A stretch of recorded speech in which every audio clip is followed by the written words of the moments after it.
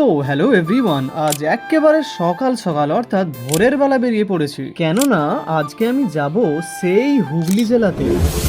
So hello everyone, আমি সাইনুর। ঘড়ির কাঁটায় তখন সকাল 8:13 আর আমরা সবে হাওড়া স্টেশনে নামলাম। আমাদের উলুবেড়িয়া থেকে 6:45 ট্রেন ধরে আমরা হাওড়ায় চলে এলাম। আর আজকে কখন বাড়ি থেকে বেরিয়েছি জানো? সেই সকাল 5:30টার সময়। এত সকালে বাড়ি থেকে বেরিয়েছি, তাই তেমন কিছুই খাওয়া হয়নি। এনিওয়ে, আমরা হাওড়া থেকে আবারও একটা ট্রেন ধরে চলে গেলাম হুগলি জেলার পান্ডুয়া। আর তোমরা তো জানোই, ট্রেনে হকারদের ওঠা একেবারে বন্ধ করে দিয়েছে, তবুও দু একজন উঠছে আর কি। যাই হোক, এখন কথা হচ্ছে আমাদের পান্ডুয়া থেকে অটো ধরে যেতে হবে দাবড়া নামক একটা জায়গায়। নামটা একটু কেমন কেমন লাগছে না? যাই হোক, নামের সাথে আমাদের কোনো কাম নেই, তাই আমরা যাচ্ছি সেই দাবড়ার দিকে। এইভাবে যেতে যেতেই অটোওয়ালা কাকু আমাদের নামিয়ে দিল দাবড়া বট গাছের নিচে, মানে বলতে চাইছি বটতলা। দেখো, বিরাট বড় বড় বটের ঝুড়ি নেমে এসেছে। ওখান থেকে আমরা কিছুক্ষণ পায়ে হেঁটে চলে গেলাম সেই আঙ্কেলের বাড়ি যেখানে মজলিস রয়েছে। ওখানে যখন পৌঁছাই তখন 12:15 বাজে। দেন হালকা পাতলা একটু নাস্তা করলাম। এভরিওয়ান, এখন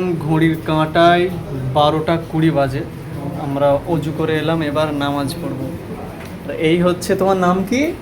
এমডি আফরাইন মন্ডল। এমডি আফরাইন মন্ডল। কোথায় পড়াশোনা করো বলে দাও? হুগলি ব্রাঞ্চ গভর্নমেন্ট স্কুলে। ইয়েস। তোমার বাড়ি কোথায়? আমার বাড়ি হুগলিতে।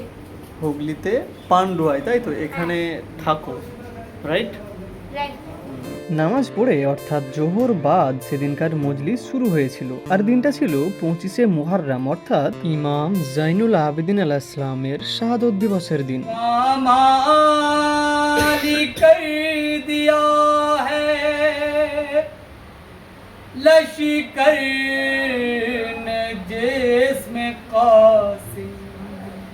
খোদার ঘরে মাটিতে মাথা কার দেখি নতসি। সত্যের পথে অবিচল থাকা। মুসা আলাইহিস সালামের জামানায় ফেরাউন, তার লিডারশিপ ছিল, তার নেতৃত্ব ছিল। সাফিনাতুন নাজাত। আর নাজাত কেন বলেছে? মুসা আলাইহিস সালামের যদি সব কিছু ছেড়ে দেয়, তাহলে আমরা সেই গুমরাহের মধ্যে হয়ে যাব। हमें ईमान से बताओ, क्या हम खुदा का इनकार करते हैं? क्या हम रसूल का इनकार करते हैं? क्या हम काबा का इनकार करते हैं? क्या हम कुरान का इनकार करते हैं? क्या हम इमाम का इनकार करते हैं? क्या हम सहाबा का इनकार करते हैं? नहीं। जब हम किसी का इनकार नहीं करते तो तुम हम पर तोहमत क्यों बांध रहे हो? और नबी ऐलान कर रहे हैं, कौन है जो मेरा साथ देगा?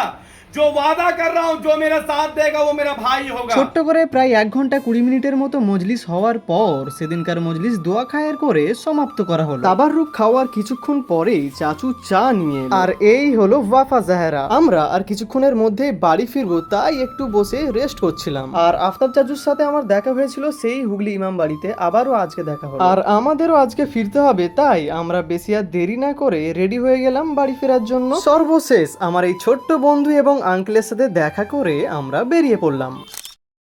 আমরা দাবড়া থেকে বেরিয়ে এবার অটো ধরবো, আমাদের ট্রেন রয়েছে।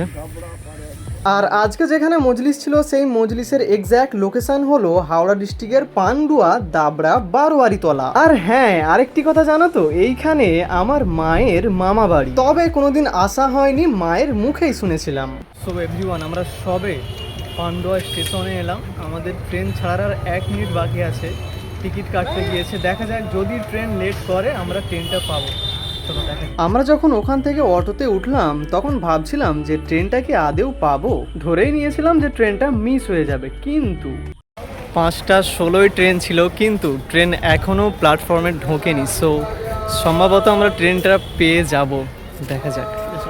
হ্যাঁ, ট্রেনটা লেট করেছে বলতে অনেকটা লেট করেছে, মানে আমরা প্রায় আধ ঘন্টার জন্য ওয়েট করতেই থাকছিলাম ট্রেনের জন্য। তাই কি আর করা, স্টেশনের মাঝে দেখলাম যে একটি কাঠ গোলাপ গাছ। আর হ্যাঁ, এই ফুল one of my favourite flowers. আর এই ফুলের গন্ধটাও খুবই সুন্দর। তোমাদের এই ফুল কেমন লাগে জানিয়ে যাবে। আর টিকিটটা যেহেতু রিটার্ন কাটা হয়েছিল, তাই পকেট থেকে বের করে দেখছিলাম যে ঠিকঠাক আছে কি। বাই দ্য ওয়ে, পরক্ষণেই চলে এলো ট্রেন। সেই ট্রেন ধরে আমরা হাওড়ার দিকে এগিয়ে যেতে থাকলাম। এনিওয়ে, আজকের ভিডিওটা এতটুকুই। তোমাদের ভিডিওটি কেমন লাগলো তা কমেন্টে জানাবে। তাহলে আমি এবার হাওড়া থেকে ট্রেন ধরে বাড়ি যাই। আজকের মতো বাই।